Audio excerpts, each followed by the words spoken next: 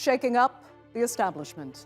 Surviving an attempt on his life, former Pakistani Prime Minister Imran Khan accuses the top power echelons of trying to kill him. He's vowed to recover and continue his long march to Islamabad, but will Imran Khan return to power? I'm Andrea Sanke, and today's newsmaker is Imran Khan.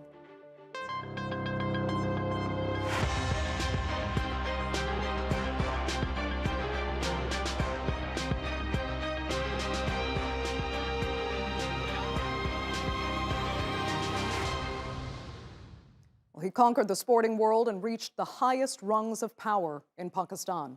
But Imran Khan isn't done yet. The charismatic politician wants to return to the top job, but his journey back is proving challenging, to say the least. Last week, while leading a march from Lahore to Islamabad demanding a snap election, Khan was attacked by a gunman. One man was killed and 10 others were injured. Khan proceeded to accuse 2 political opponents and a top intelligence official of orchestrating the attempt. He's now demanding a thorough and independent investigation. But the government says Khan's provided no evidence to back up his claims.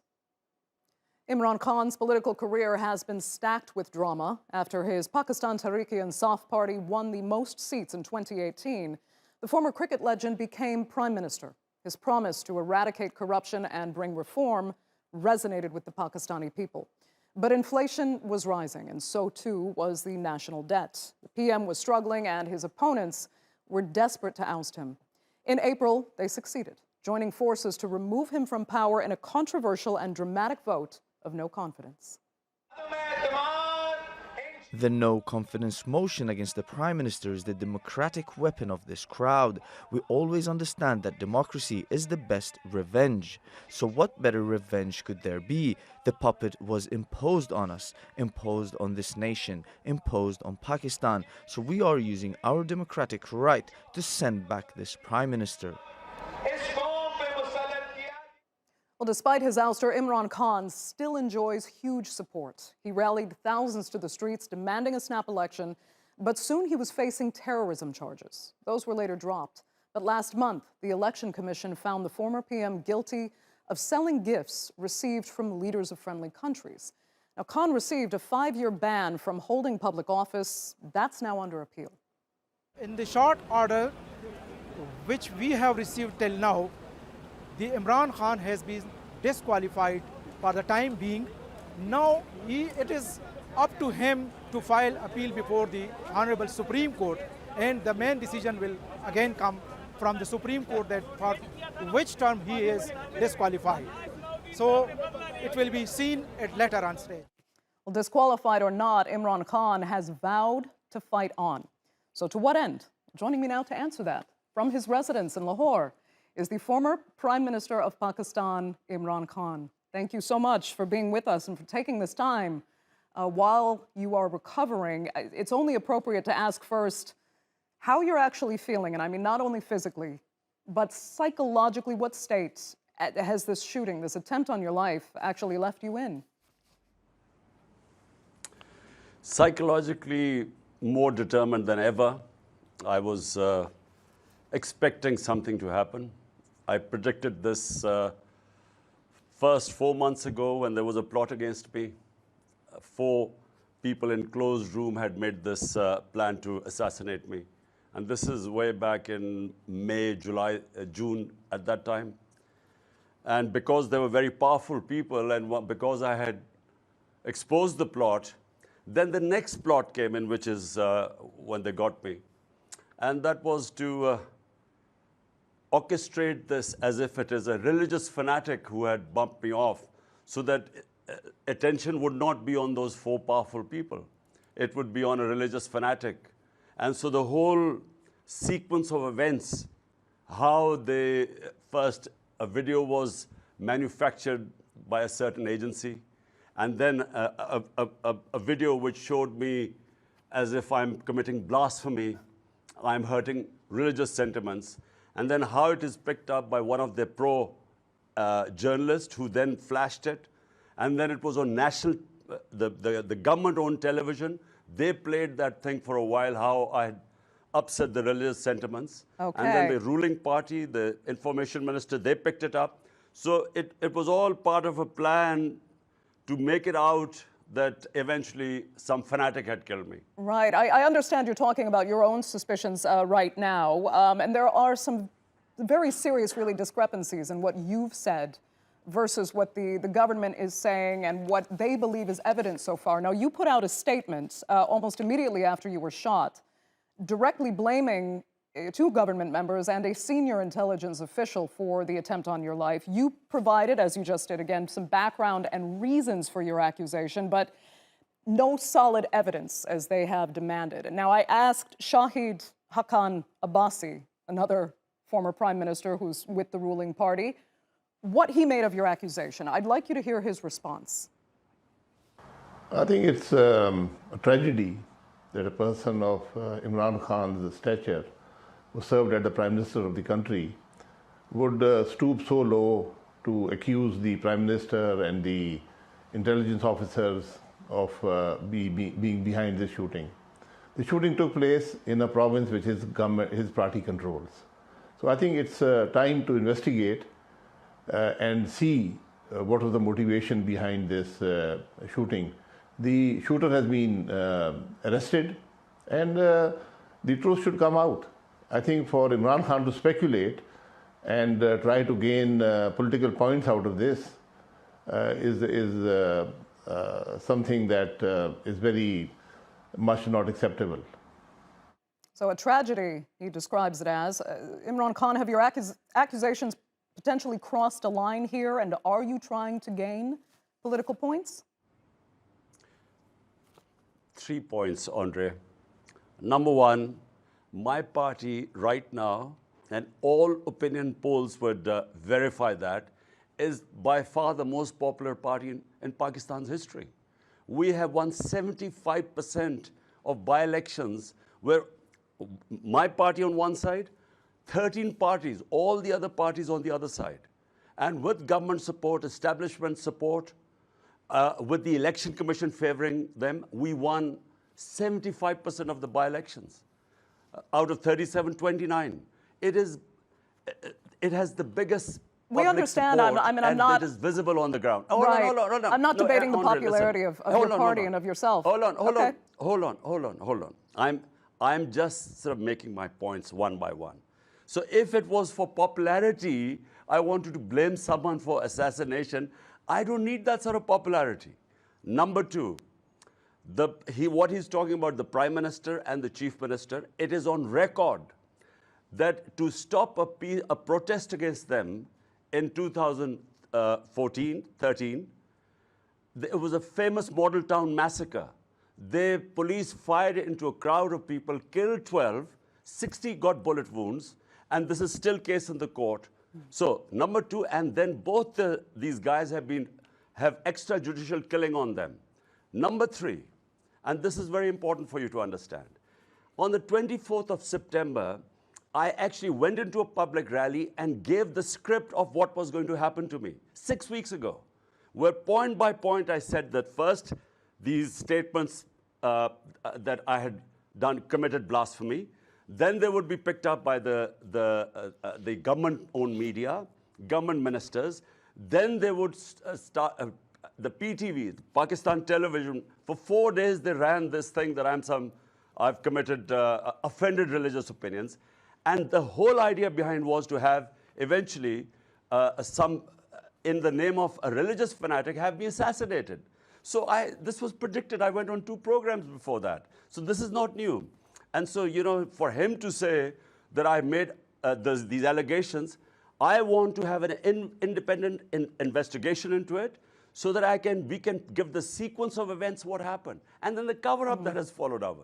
There's been a cover-up since the attempt on And me. I want to ask you more about the investigation in just a second. But before we go too far, I just have to ask this detail. I mean, you've described repeatedly how you knew this was going to happen. You knew there would be an attempt on your life, and you knew who would be behind it.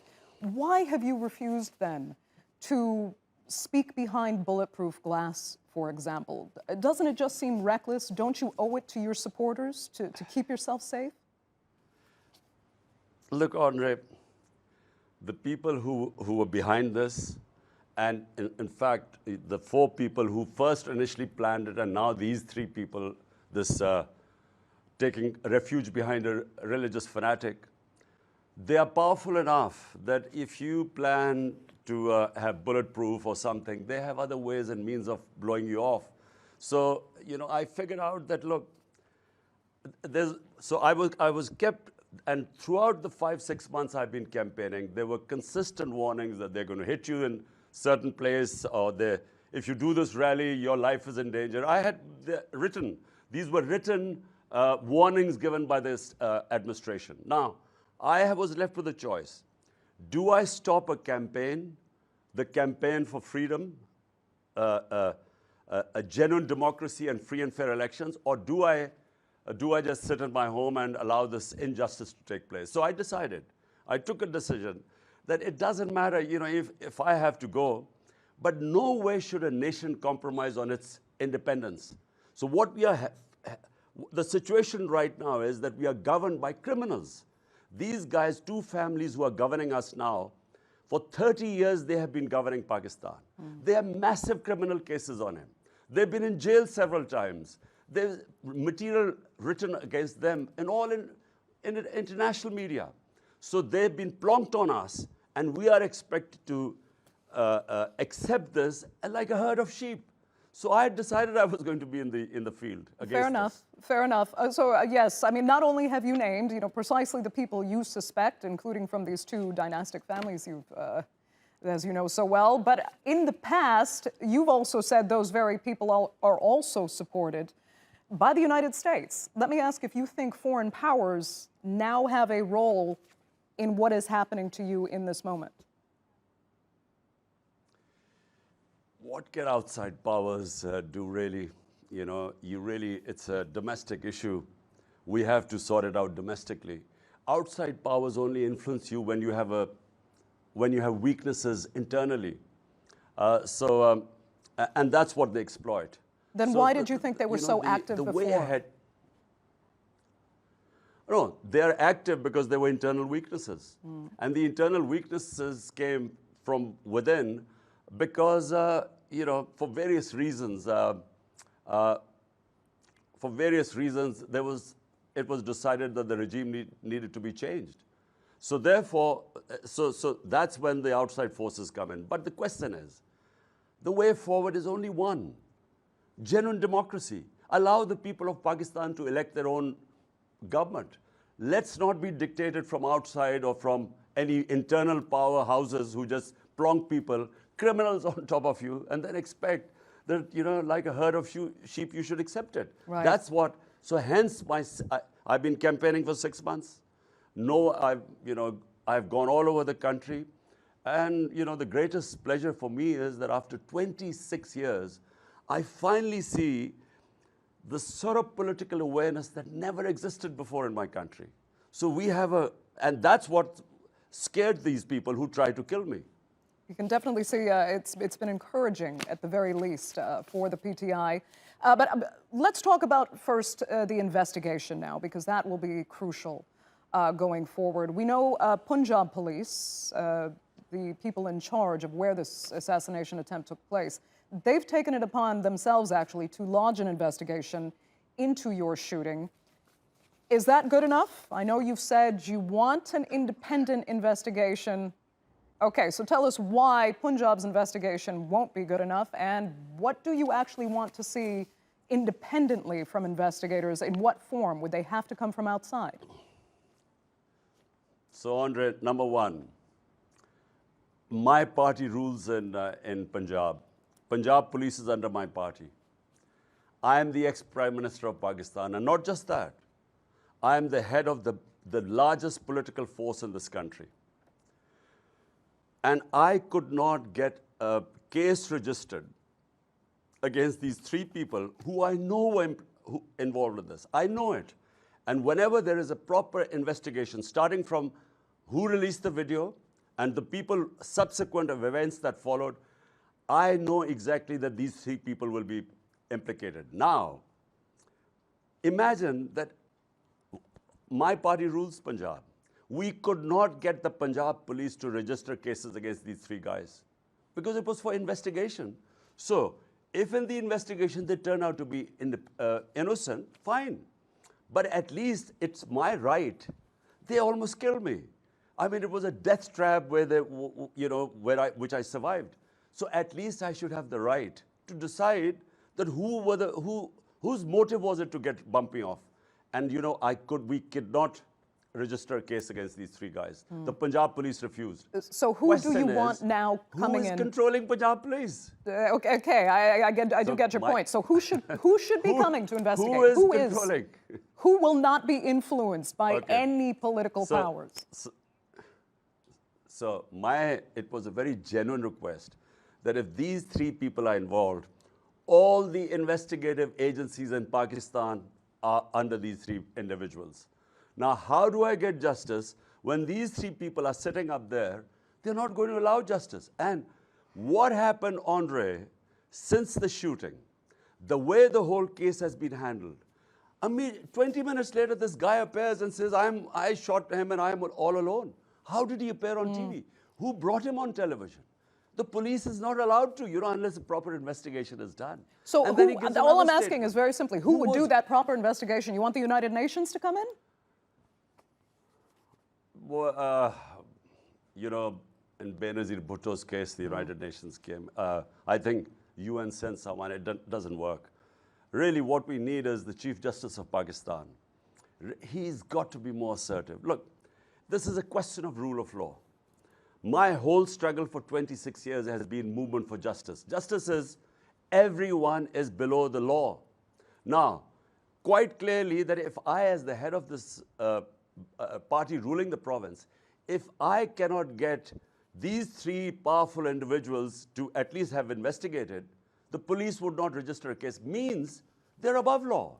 It means that there are two laws in Pakistan, one for the powerful, the other for the weak. And if I can't register a case against them, now imagine what is the situation of a common man here. When he comes up against the powerful, he has no justice. So this whole movement for genuine freedom, we call it, genuine freedom comes with rule of law. It's justice that gives human beings freedom, their rights. This is the struggle for 26 years, and it goes on. Okay, so you want the Chief Justice of Pakistan. That's a powerful message. You want him to be, at the very least, more assertive in this. Because, yes, Pakistan does have a history of some investigations into very important deaths really leading to nowhere. And you mentioned, of course, Benazir Bhutto.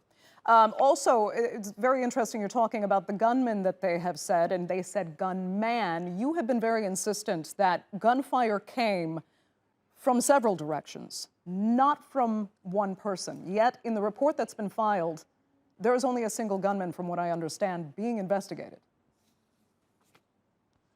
Well, in the cover-up, who's trying to cover this whole thing up, it fits in their narrative that this was a religious fanatic. And by the way, he was not a religious fanatic, because social media is so active these days. They went and interviewed all the people around him, the neighbors and everyone, and this guy didn't even say his prayers. Forget about him being a religious fanatic. But he was trained in shooting. And so what happened was that this guy would have killed most of the 3 or 4 people on top, because he was only a few feet away, and he fired a burst. But as he was taking his gun out, one of the a person in the crowd, and you can see it in the video, when he saw him taking the gun out, he put his hand on the gun, so the burst, rather than hitting us on the top body, as it went down, it hit us on the legs. So as it hit us on our legs collapsed. So as I was falling, and this is exactly the situation, the guy on my left, because the bullets hit us on our legs, we had this hail of bullets go over our head. So there was a shooter in front. There was a guy, this guy who's been caught.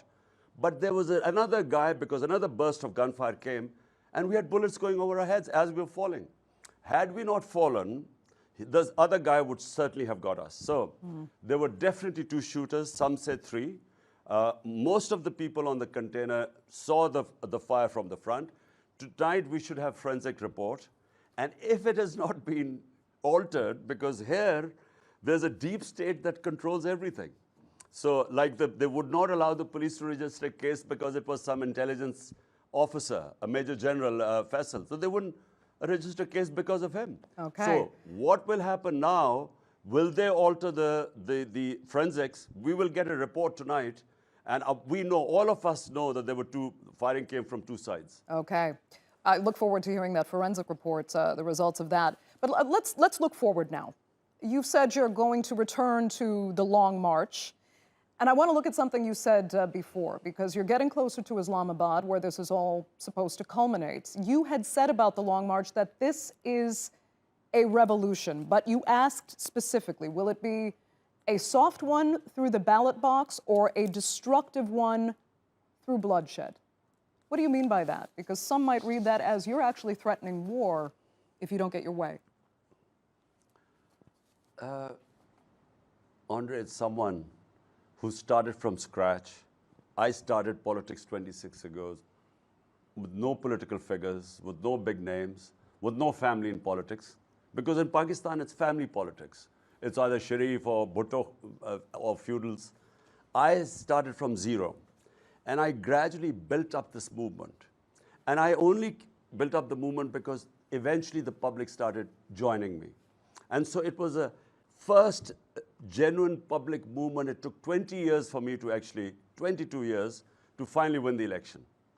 Now, in the last 6 months, what I have witnessed, Andrea, whenever a government has been removed in the past, people distribute sweets, people celebrate. This was the first time in our 75-year history. When I was removed, the next day, millions of people came on the street protesting against my removal. Millions came out. It's never happened in Pakistan before. And secondly, what happened?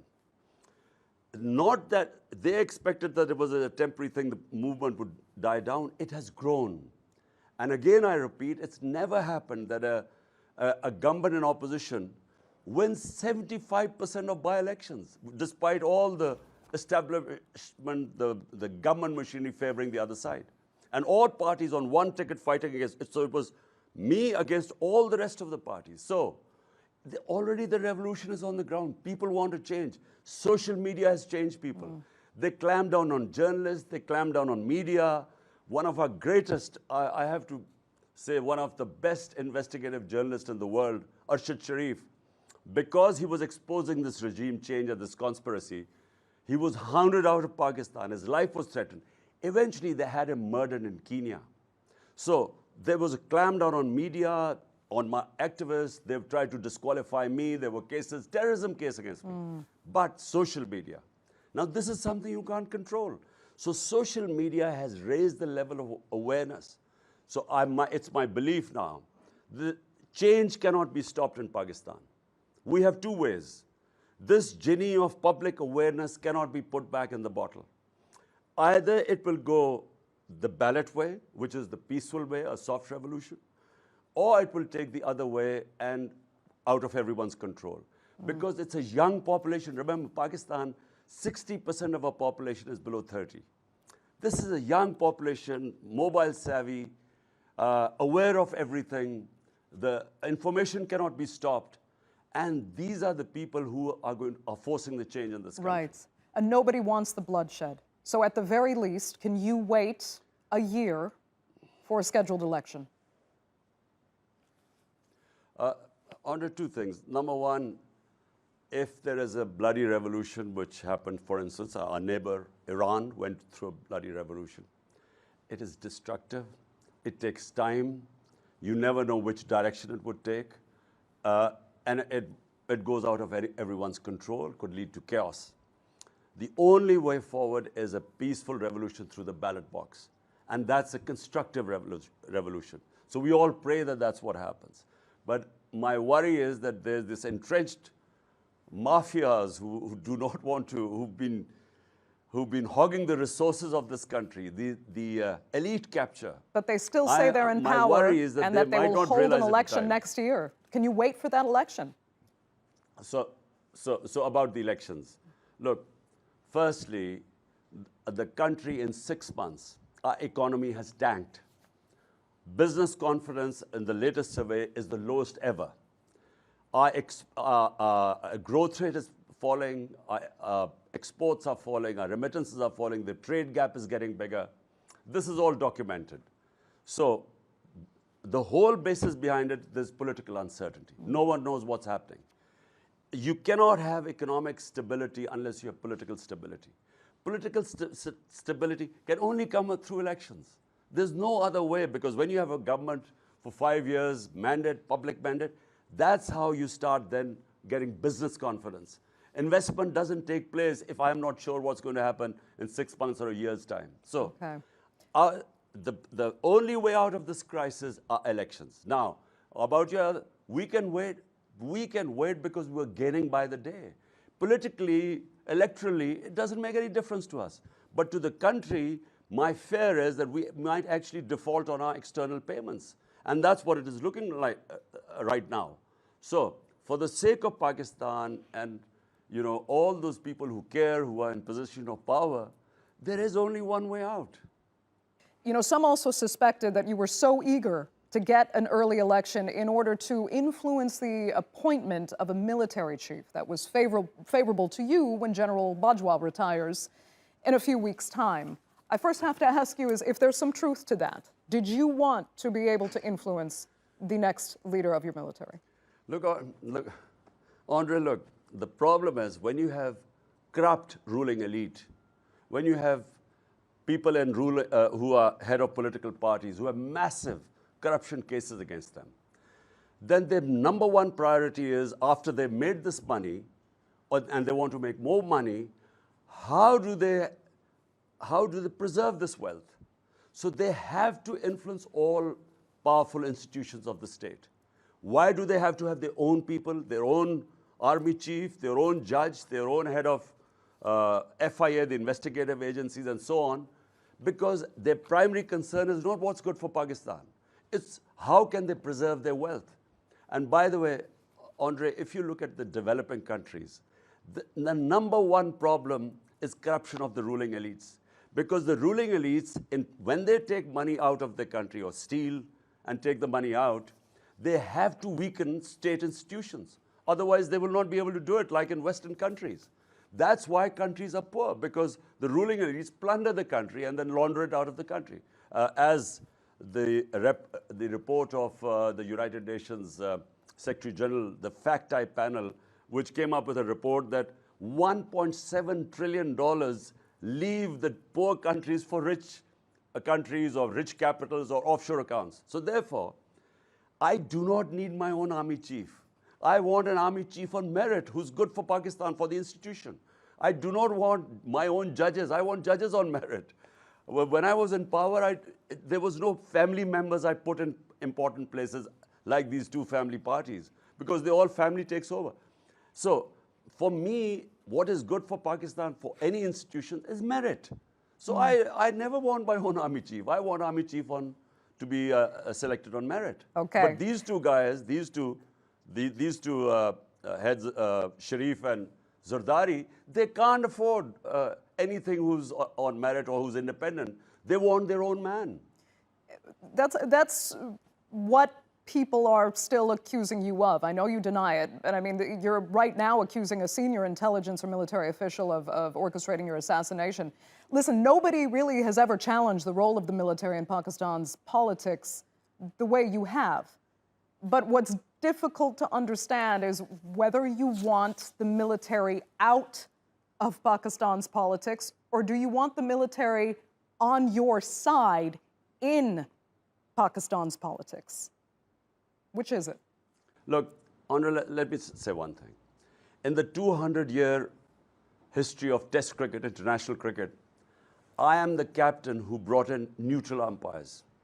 I am the one who actually brought in neutral umpires in cricket because we wanted a fair result. Now, this, what you're talking about, you must understand that for me right now, the most important thing in Pakistan, one most important thing, is how do we get out of this quagmire? How do we get out of this situation right now? As a Pakistani, I'm genuinely worried that if we default, our currency is falling, if we default, this currency will go in a free fall. Inflation already, because of the international commodity prices rising, inflation is already high. So we will be in a mess. So hence, I want to make it clear, delaying the elections does not, having elections at their own time does not bother me as a political party, because everyone knows we are growing. The party is growing by the day. But it's possible that we would reach a stage in Pakistan where it could become impossible to govern for everyone. So that's my biggest worry. Okay. Imran Khan, we will have to leave it there. I'd like to thank you so much again for taking time out of your recovery to speak to us, as we say in Turkish, geçmiş olsun. Thanks for being with us. That's all the time we have for this edition of The Newsmakers. Thanks to our viewers as well. Remember, you can follow us on Twitter, of course, and do be sure to subscribe to our YouTube channel. I'm Andrea Sanke. We'll see you next time.